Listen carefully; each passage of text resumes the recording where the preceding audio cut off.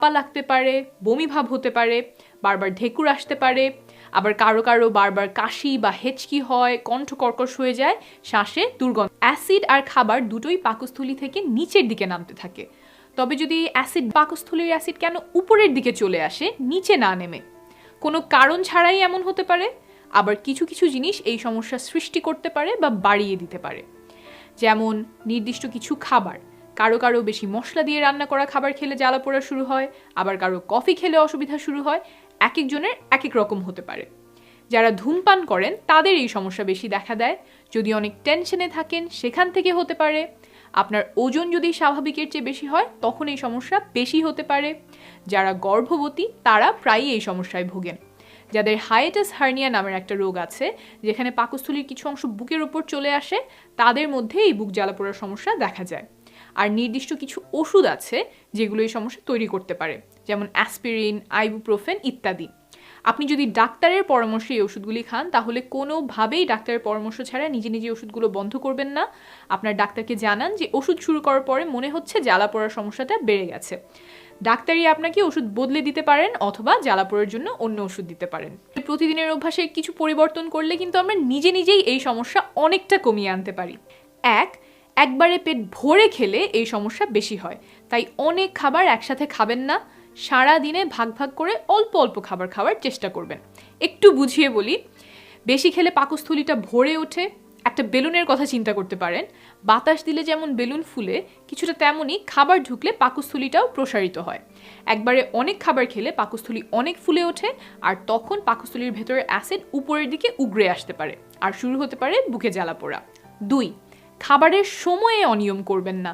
সময় মতো খাবার না খেলে পাকস্থলীর আরেকটা রোগ হবার সম্ভাবনা বেড়ে যায়, নাম গ্যাস্ট্রাইটিস। এই রোগে পাকস্থলীর গায়ে ক্ষত দেখা দেয়, ইনফেকশনও হতে পারে।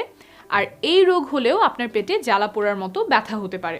আপনার পক্ষে তো বোঝা সম্ভব না জ্বালা পোড়া কোন কারণে হচ্ছে, তাই পাকস্থলী সুস্থ রাখতে আপনাকে নিয়ম করে সময় মতো খাওয়ার অভ্যাস গড়ে তুলতে হবে।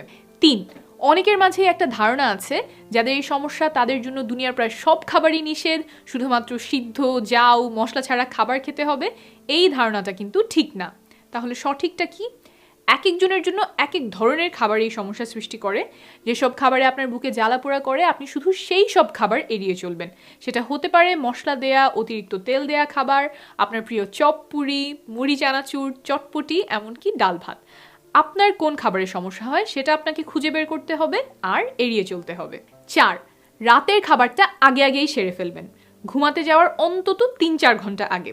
আপনি যদি 11টার দিকে ঘুমাতে যান তাহলে কমপক্ষে 7:30টায় খেতে বসে যাবেন, 8টার মধ্যে খাওয়া শেষ।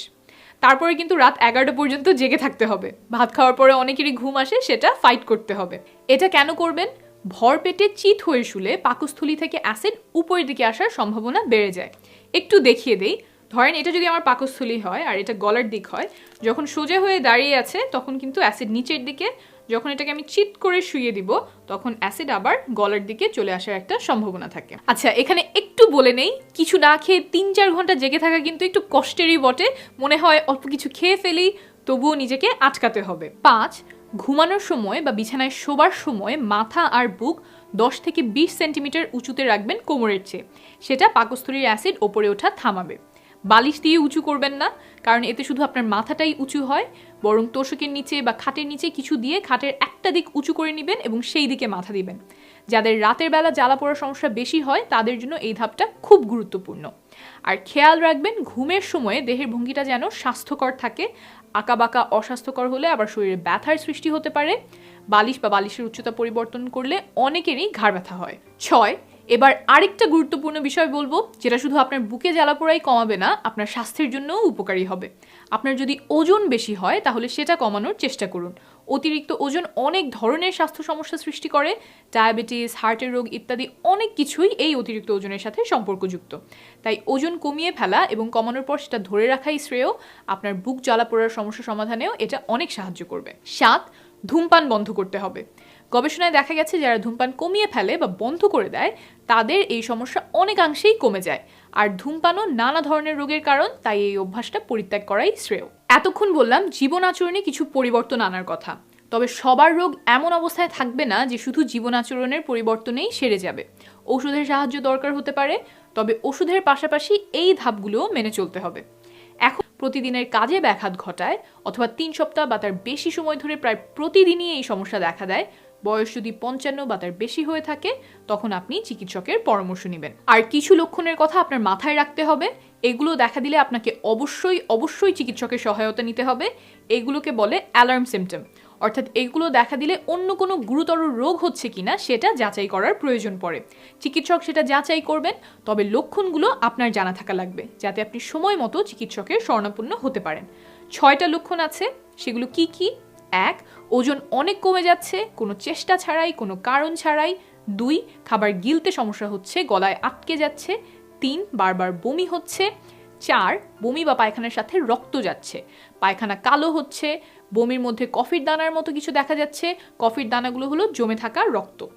5. মনে হচ্ছে পেটে চাকার মতো কিছু একটা হয়েছে। 6. আয়রনের অভাবজনিত রক্তশূন্যতায় ভুগছেন।